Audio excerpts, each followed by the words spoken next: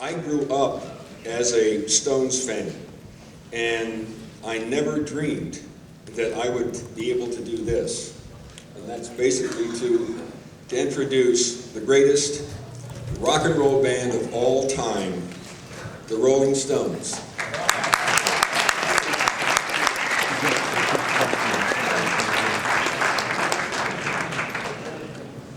Sorry.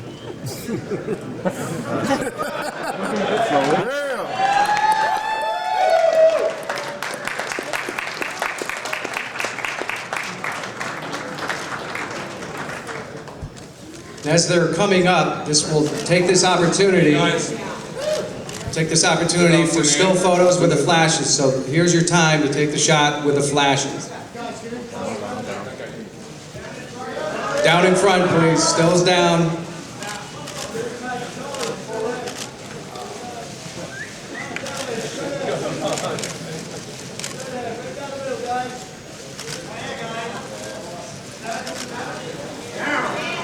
Okay, thank you. Stills down, and that was the last time for the flash.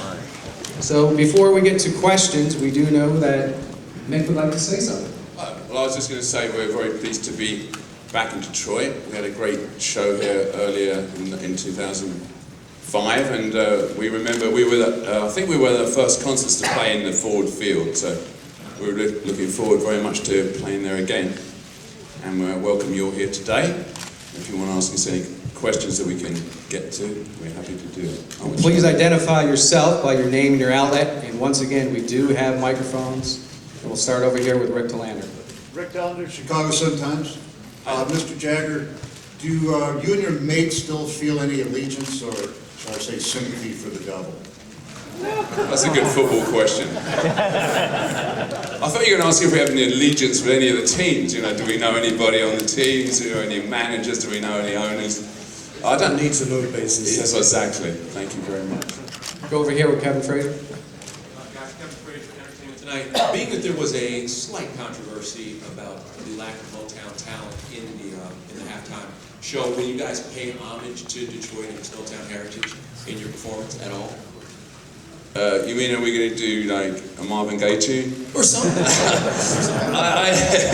I think that, you know, the thing about the NFL is that, you know, they run a good show, but, you know, occasionally they make a mistake like everybody.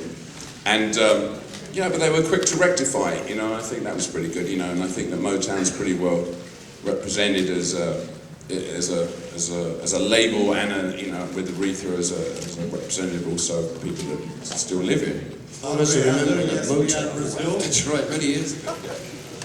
Can we have the question out here? Brazil. After the Super Bowl, what big event is still left for you? A World Cup?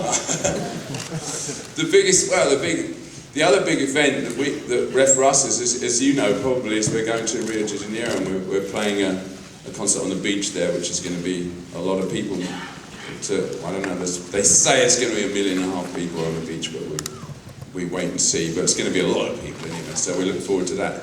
We have a question on the right here. Hey guys, Eric Stromer, The Insider. You've been around for so many years, we're all such huge fans. How do you keep it fresh and how do you get motivated to continue performing for so many years?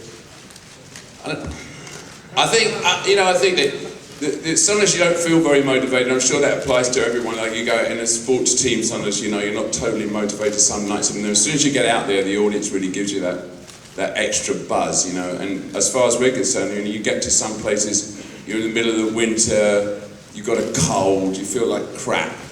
But when you get out there, something happens because the audience you look at the audience and they're like wild, and you know they've been looking forward to it, and it gives you that sort of extra bit of inspiration. But most of the time, it's there anyway. We have a question on the left here. Rich Grabello of Prime Sports Radio, Detroit. Mick, after all these years and all these tours, what still excites you about making music? Big crowds like this. We have a question over here on the right. Actually, while he's getting ready. Here we go. I'm ready. Sorry. Big Al Muscovito, Dick Perkins Show, WMC Detroit. Question for Mr. Jagger. How are you, sir? A little different. You have reason to believe you may be my father. There's a great similarity and resemblance. Okay, thank you. Thank you very much, sir. We have a question over here. Joe LaPointe from the New York Times. Yes, a question for Mick Jagger. 20 years or 40 years ago, it would have been unthinkable that your group would play an event like this. And now it just seems like a win-win for everybody. Have the Rolling Stones moved closer to the American mainstream culture, or has the culture moved closer to you? I think both, really, to be perfectly honest. I think both. I mean, America's obviously changed since we first came here. It's almost unrecognisable, to be perfectly honest. It's very hard to imagine what the United States was like 40 years ago, but it was not like this. And the Super Bowl wasn't like this either. And you guys wouldn't have been here, probably, or so many of you. It wasn't such a worldwide event. So, I think we've definitely, we've grown with the American culture changes, and America's changed a great deal. And hopefully, though both of us still have our core values intact. Okay, we'll go here, Gary. Paragraph from the Oakland Press. You've, for years, you guys have traded on and still do on a kind of on the bad boys reputation. And do you feel, when you have a stage this big, do you feel like, does that put any sort of pressure on you to do something, not a wardrobe malfunction maybe, but something provocative and something edgy like the producer was talking about? Got any ideas? Okay, we have a question over here. Spinos for Sports Latin America. The game will be televised close to 1 billion people. Have you ever performed before a larger audience than this? I think it's going to be pretty big. I mean, this is, a very large worldwide audience. I don't know who actually counts these numbers. You can't see from where we are. But, 250,000, you stop counting. Yeah, you really...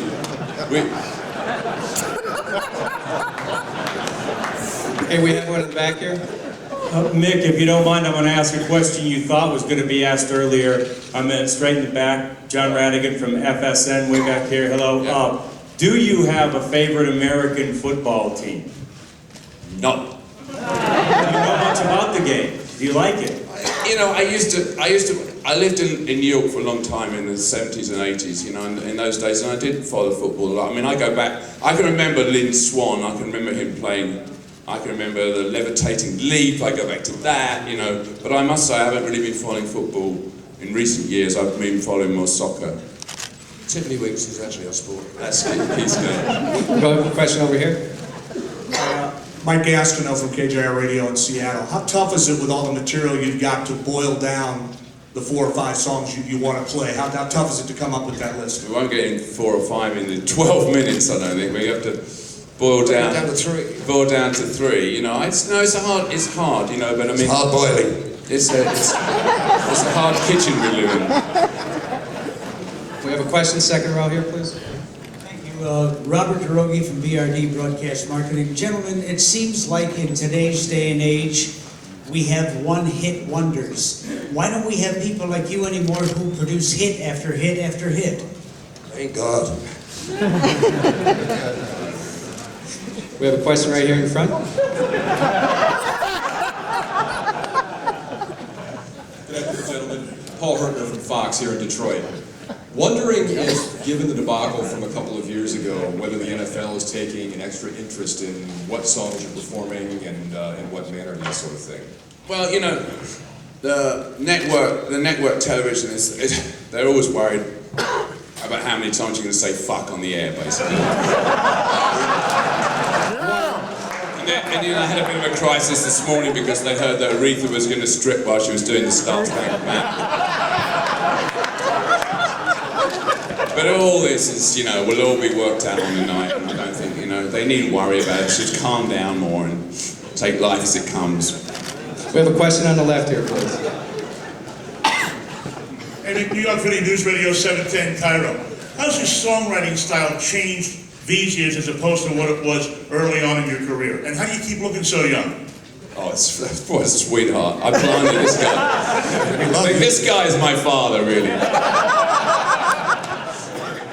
I mean, I think that we used to write songs, like Keith and I used to write songs hurriedly on the road, wake up and over a cup of coffee. I mean, now we sort of go and lock ourselves up for weeks on end in sort of have a cup of coffee. Very nice houses. But it's basically the same thing, But you know, I think we learned over the years you can write songs in many different ways, but so you take advantage of those.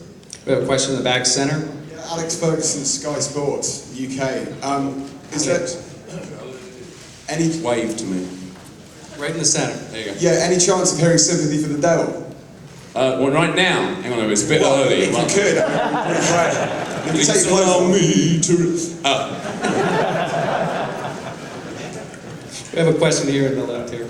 Steve Giselli, New York Times. It's almost 40 years to the day, February 12th, 1966, you were on the Ed Sullivan Show. What do you remember most about that night? Thank you very much. Well, thank you. The thing about Ed Sullivan, you just never knew. They used to say to you, Mr. Sullivan may want to shake hands with you at the end of the show, or he may not. And so when you finished, you were bowing, you never knew, and you'd be looking over to see, and then he would do this little tiny wave, and then you'd have to sort of pay obeisance to him. So it's a very odd show, really. We have a question right center. Yeah, Keith, the running joke is over here. The running joke is that after a nuclear war, the only thing that'll be left standing here are you and the cockroaches. What do you plan on doing to ensure that you outlive the cockroaches? How to eat them. Thank you very much, gentlemen. One more question, I think. It's getting too silly. In the far left here. Jim Roop with CNN Radio. Guys, over the years, the halftime show for the Super Bowl has become as big as the game itself. Not true. Any nerves about that? Any nerves going into Sunday's performance? Trembling in my boots. Yeah, it's really worrisome. What are we going to play? Thank you very much, ladies. Thank you, gentlemen.